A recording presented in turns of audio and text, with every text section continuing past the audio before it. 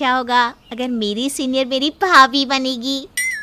हट तू भी ना, चल घर। आशमा घर जाकर संतोष को सब बता देती है और संतोष इंदर के साथ अगले ही दिन उमा के घर प्रेम का रिश्ता लेकर पहुंच जाती है। प्रेम और उसका घर उमा के घर वालों को पसंद आ जाता है और उनके नास्तिक होने के बारे में बिना जाने वो लोग उमा और प्रेम का रिश्ता तय कर देते हैं। 2 महीने बाद लगन आते ही उन दोनों की शादी हो जाती है। शादी होकर उमा प्रेम के घर आ जाती है। अब तो खुश हो ना तुम, तुम्हारा हाथ बटाने के लिए बहू जो आ गई है। हाँ जी बिल्कुल। संतोष के घर का माहौल खुशमयी हो जाता है। अगले दिन उमा जैसे ही उठती है वो नहा धोकर सूरज को जल चढ़ाती है और केला की पूजा कर घर में मंदिर देखने लगती है पूजा करने के लिए। मंदिर नहीं है क्या इस घर में? भगवान की एक भी तस्वीर नज़र नहीं आ रही है।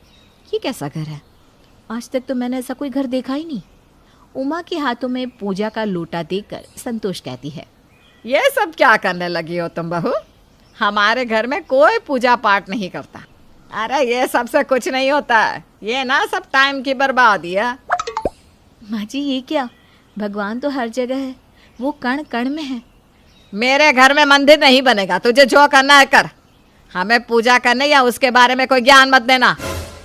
उमा को धक्का लग जाता है और वो ज़मीन में बैठ जाती है। ये क्या हो गया? मैं अपने भोले की पूजा नहीं छोड़ सकती। एक ना एक दिन इस घर में सभी आस्तिक बन जाएंगे। उमा किसी से कुछ नहीं कहती और पूजा की थाली सजाकर अपने घर के सामने शिव मंदिर में पूजा करने चली जाती है। तुम ही अब सब ठीक करोगे भोले। मेरे परिवार की रक्षा करना, इन लोगों को सद्बुद्धि देना। पूजा करके जैसे ही उमा घर लौटती है प्रेम उसे देख लेता है और कहता है, ये सब क्या है उमा?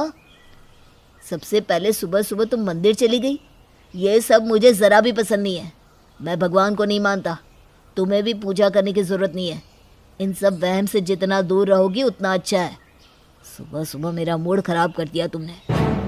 प्रेम उमा को सुनाकर चला जाता है। आशमा उमा से कहती है, भाभी, मेरी प्यारी भाभी, आपको इतना अच्छा परिवार मिला है, इतना प्यार करने वाला पति मिला है। इन सबको एंजॉय करो ना। इस पूजा पाठ के चक्कर में पड़कर खुद का नुकसान क्यों कर रही हो?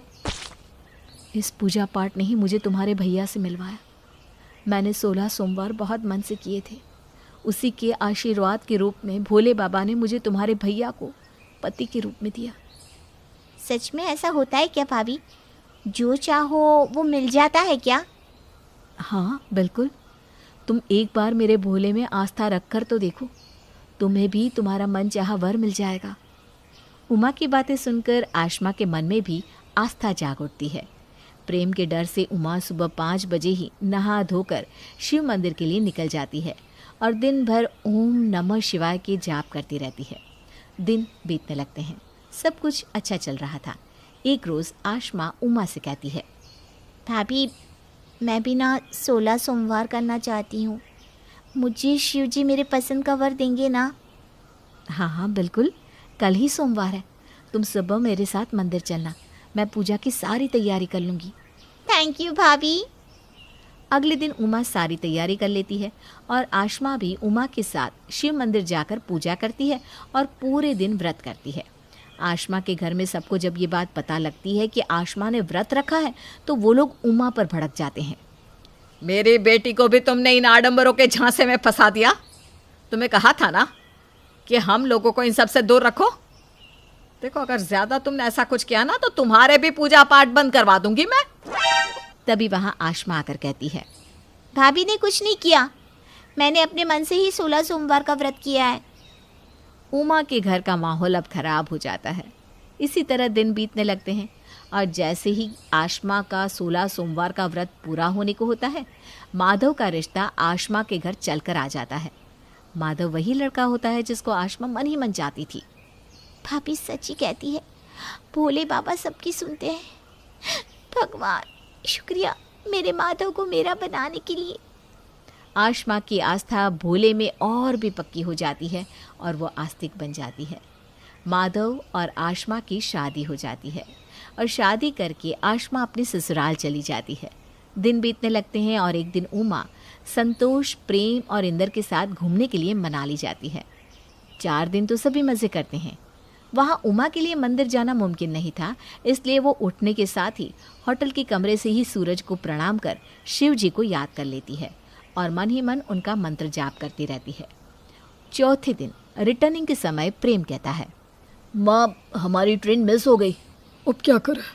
कल तो हमें किसी भी तरह घर पहुंचना होगा। आसमा और माधव जी पहली बार घर आने वाले हैं। ठीक है, तो फिर मैं गाड़ी बुक करता हूँ, उसी से चलते हैं। ये बर्फीले और पहाड़ी रास्ते से कार से जाना खतरे से खाली नहीं है। अरे कुछ नहीं होगा, आप लोग चलने की तैयारी कीजिए। प्रेम गाड़ी बुक करता है और चारों गाड़ी में बैठकर अपने घर के लिए निकल जाते हैं। उमा निरंतर ओम नमः शिवाय का जाप करती जाती है। मेरे परिवार की रक्षा करना भोलेनाथ, हमें सुरक्षित घर पहुंचा देना। गाड़ी में प्रेम अंग्रेजी गाने बजाता रहता है